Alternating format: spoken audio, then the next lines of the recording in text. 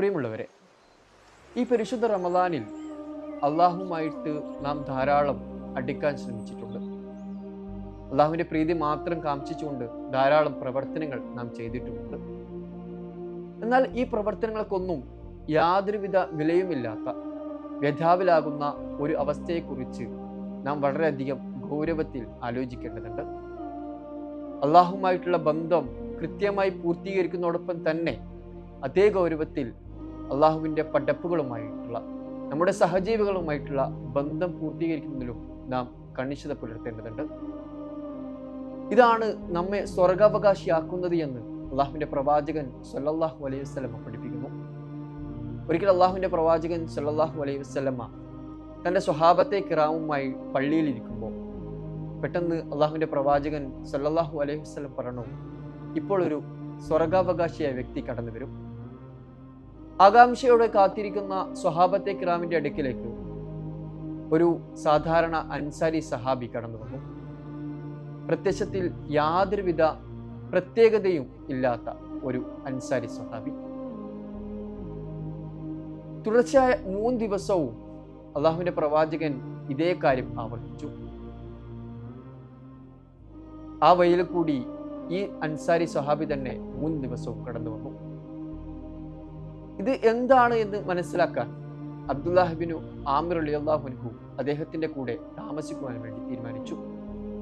അങ്ങനെ 3 ദിവസം അദ്ദേഹത്തിന്റെ കൂടെ താമസിച്ചു. പക്ഷേ ഒന്നും പ്രത്യേകമായിട്ട് അദ്ദേഹത്തിന് ദർശിക്കാൻ സാധിച്ചില്ല.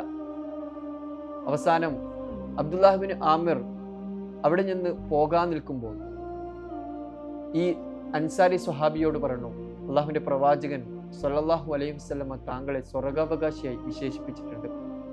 പക്ഷേ താങ്കളിൽ ആ സ്വർഗാവകാശിയാക്കുന്ന തരത്തിലുള്ള ഒരു പ്രവർത്തനവും എനിക്ക് കാണാൻ സാധിച്ചില്ല.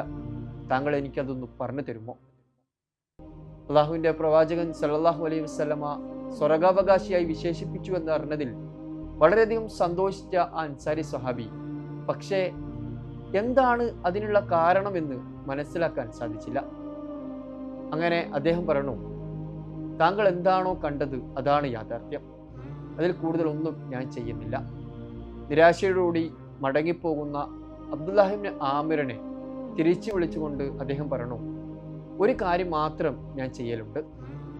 ഞാൻ എൻ്റെ ജീവിതത്തിൽ ഞാൻ രാവിലെ മുതൽ നടക്കുന്ന എല്ലാ കാര്യങ്ങളും രാത്രി ഉറങ്ങുന്നതിന് മുമ്പ് അത് ആലോചിച്ച് ഓർമ്മിച്ച് ഞാൻ എന്നോട് ആരെങ്കിലും എന്തെങ്കിലും തെറ്റുകൾ ചെയ്തിട്ടുണ്ടെങ്കിൽ അവർക്ക് ഞാൻ പുറത്തു കൊടുക്കും.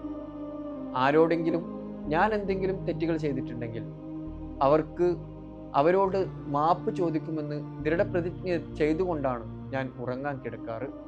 ചിലപ്പോൾ ഇതായിരിക്കും കാരണം. അബ്ദുല്ലാഹിബ്നു ആമിറും ആ കാര്യത്തിൽ യോജിച്ചു.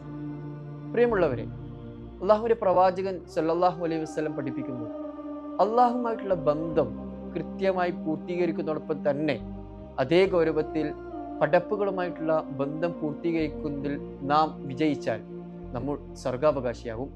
അള്ളാഹു സുബ്ഹാനഹു വ തആല കാര്യങ്ങൾ യഥാവിധി മനസ്സിലാക്കിക്കൊണ്ട് പ്രവർത്തിക്കുവാൻ നമുക്ക് തൗഫീഖ് നൽകി അനുഗ്രഹിക്കുമാറാവട്ടെ. വആഖിറു ദഅ്വാനാ അനിൽ ഹംദുലില്ലാഹി റബ്ബിൽ ആലമീൻ. അസ്സലാമു അലൈക്കും വറഹ്മത്തുള്ളാഹി വബറകാതുഹു.